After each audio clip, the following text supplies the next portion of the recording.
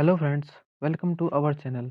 आज हम करेंगे दिल्ली सल्तनत 1206 से 1526 ईस्वी तक।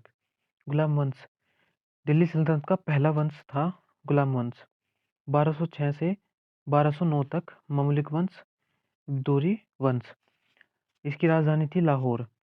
इसका फाउंडर था कुतुबुद्दीन ऐबक, जो 1206 से 1210 ईस्वी तक शासक बनने के बाद इसने अपनी जनता में लाखों रुपए का दान किया और लाहौर की जनता ने इसे लाख बख्श की उपाधि दी। इसने गुलाम इल्तुतमिश को बदायूं का गवर्नर नियुक्त किया। यह इतिहास का एकमात्र शासक है जिसने सिंहासन पर बैठकर राज नहीं किया। इसने सिपाह सलाहकार की उपाधि धारण की। आगे देखते हैं। 1210 ईस्वी में कुतुबुद्दीन की मृत्यु चौगान खेलते हुए घोड़े से गिरकर हुई। इसका मकबरा लाहौर में बना। 1210 ईस्वी में आराम शाह आराम बख्श यह कुतुबुद्दीन ऐबक का पुत्र था। 1211 ईस्वी में इल्तुतमिश तथा आराम बख्श के मध्य झूठ का युद्ध लड़ा गया और इल्तुतमिश गुलाम वंश का अगला शासक बना। देखते हैं। इल्तुतमिश दिल्ली का अगला शासक बना। इल्तुतमिश 1211 ईस्वी से 1526 तक दिल्ली सल्तनत का काल था। यह भारत का प्रथम सुल्तान बना। इसको यह उपाधि बगदाद के खिलाफ खलीफाओं द्वारा दी गई। अंतिम सुल्तान था दिल्ली सल्तनत का इब्राहिम लोदी 1526 में। तराइन का तृतीय युद्ध हुआ 1215 में से 1216 में। यल्दौज और इल्तुतमिश के बीच दिल्ली के बीच युद्ध लड़ा गया, जिसमें इल्तुतमिश की जीत हुई और यल्दौज हारकर वापस गजनी लौट गया। आगे देखते हैं। 1221 ईस्वी में इल्तुतमिश के शासनकाल में चंगेज खां का आक्रमण हुआ। चंगेज खां मंगोलियों का शासक था। चंगेज खां भारत में सिंध के शासक जलालुद्दीन मकबरी पर आक्रमण कर उसको पराजित कर उसकी हत्या कर दी। इसके शासनकाल में चांदी के सिक्के को टका और तांबे के सिक्कों को जीतल कहा जाता था। दिल्ली सल्तनत में राजकीय भाषा फारसी हुआ करती थी। आगे देखते हैं।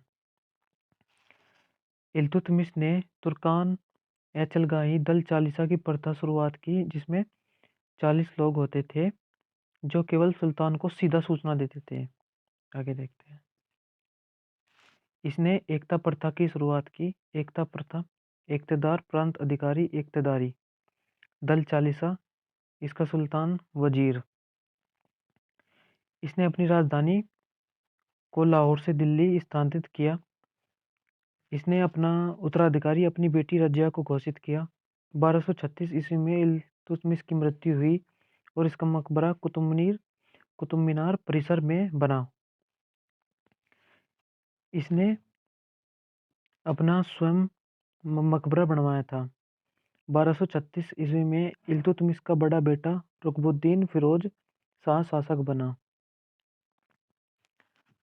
रजिया सुल्तान 1236 से 1240 ईस्वी तक दिल्ली के सिंहासन पर बैठने वाली प्रथम महिला शासिका थी। बैराम शाह भाई ने रजिया सुल्तान के से बगावत कर और दल चालीसा के सरदार बैराम शाह के लिए काम करने लगे। रजिया ने एतगीन को बदायूं का इक़्तिदार तथा अल्तुनिया को बठिंडे का इख्तियार बनाया।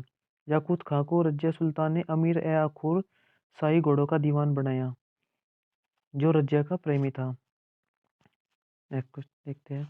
अल्तुनिया ने 1240 में विद्रोह कर पंजाब का स्वतंत्र शासक घोषित किया। 1240 में अल्तुनिया और रजिया सुल्तान के मध्य युद्ध लड़ा गया और अल्तुनिया ने याकूत खां को मार डाला और रजिया को कैद कर लिया और बाद में उससे शादी कर ली। नेक्स्ट देखते हैं।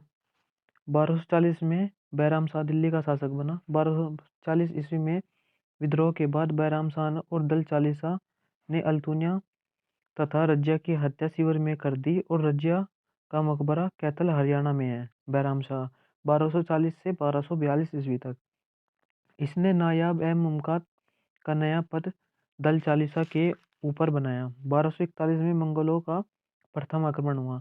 मसूद शाह 1242 से 1240 ईस्वी तक रुकनुद्दीन फिरोज शाह का बेटा, इसने दल चालीसा का हेड बलबन को बनाया।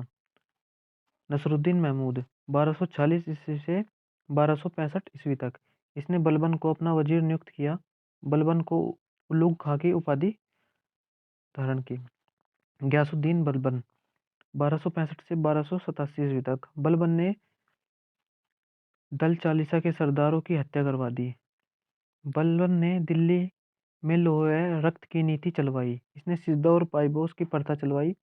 सिजदा का मतलब था सिर झुकाकर घुटनों के बल बैठना, और पाइबोस का मतलब था लेटकर पांव छूना। इसने नवरोज नामक त्योहार को मनाने की प्रथा शुरू की, जो औरंगजेब ने एक प्रतिबंध लगाया था इस पे। 21 मार्च को फारसी लोग मनाते थे इसको। 1287 ईस्वी में दूसरी बार मंगोलों का आक्रमण हुआ। इस आक्रमण में बलबन का बेटा शहजादा मुहम्मद की मृत्यु हो गई। 1287 ईस्वी में अपने पुत्र की मृत्यु से दुखी होकर बलबन की मृत्यु हो गई।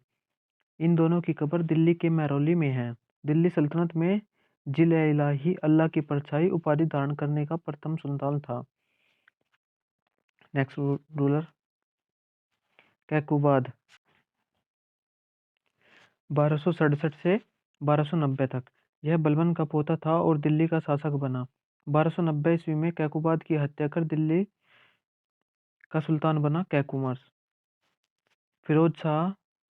फिरोज मलिक कैकुबाद का विश्वास जीतकर पंजाब का इक़्तिदार बना। पंजाब के सूबेदार फिरोज मलिक जो वजीर था ने कैकुमर्स पर आक्रमण कर उसको गद्दी से हटाया।